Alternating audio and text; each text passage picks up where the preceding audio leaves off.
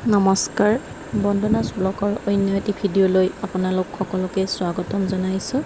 আজি মই লৈ আহিছোঁ এটা হেল্থি টিপছ, জেতুকা আৰু ইয়াৰ উপকাৰিতাসমূহ। জেতুকা পাতৰ কথা সকলোৱে জানেই। ই এবিধ জোপোহা গছ।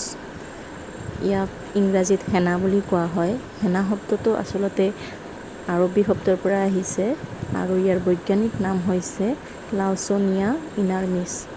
জেতুকাৰ বহুতো ঔষধি গুণো আছে, যেনে নখচুকীয়া, নাকৰ এৱা ভঙা আদিত জেতুকা পাত ব্যৱহাৰ কৰা হয়।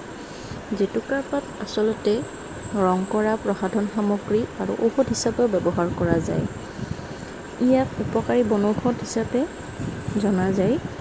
আচলতে চুলিৰ যতনৰ বাবেও জেতুকাৰ ৰস নিয়মীয়াকৈ ব্যৱহাৰ কৰিলে অকালতে চুলি পকা, উফিৰ সমস্যা আদি হ্ৰাস পায়।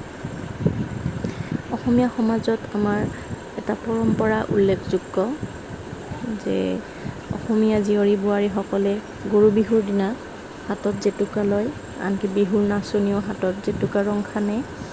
জেতুকাৰ ৰং গাঢ় কৰিবলৈ জেতুকা পাতৰ লগত পকা পাণ, মধুৰিআমৰ কোঁহ, কেঁচা হালধি আৰু ডালিমৰ পাত যদি দিয়ে তেতিয়াহ'লে ৰং বহুত উজ্জ্বল হয়। জানো আহক জেতুকাৰ কিছুমান ঔষধি গুণ। জেতুকা হাতৰ তলুৱাত বান্ধিলে হাতৰ ছালৰ খজুৱতি নাশ হয়। আচলতে হাতৰ তলুৱা নিমজ আৰু উজ্জ্বল হয়। ভৰিৰ তলুৱাত সানিলে তলুৱাৰ খৰ খজুলি আদি নাইকিয়া হয়।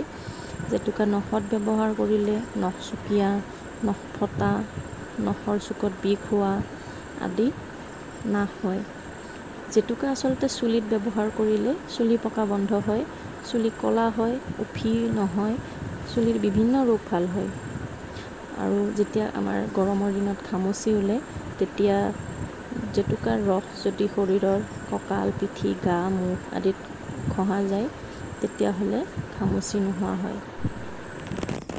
বহাগ বিহুৰ প্ৰথম দিনা যদি আমি জেতুকা পাত বটি ভৰিৰ তলুৱাত লগাওঁ তেতিয়াহ'লে বসন্ত ৰোগ নাশ হয় বুলি কয়। দেখিছেনে জেতুকা কিমান ধৰণে উপকাৰ যোগায়। অৱশ্যে জেতুকাৰ কিছুমান অপকাৰিতাও আছে। কিছুমানৰ গাত অৱশ্যে ই এলাৰ্জি ৰূপে দেখা দিব পাৰে। মোৰ ভিডিঅ'টো চাই আপোনালোকে কেনে পালে জনাব, লাইক কৰিব, কমেণ্ট কৰিব আৰু এনেকুৱা ভিডিঅ'বোৰ পাই থাকিবলৈ মোৰ চেনেলটো প্লিজ ছাবস্ক্ৰাইব কৰি দিব। ধন্যবাদ।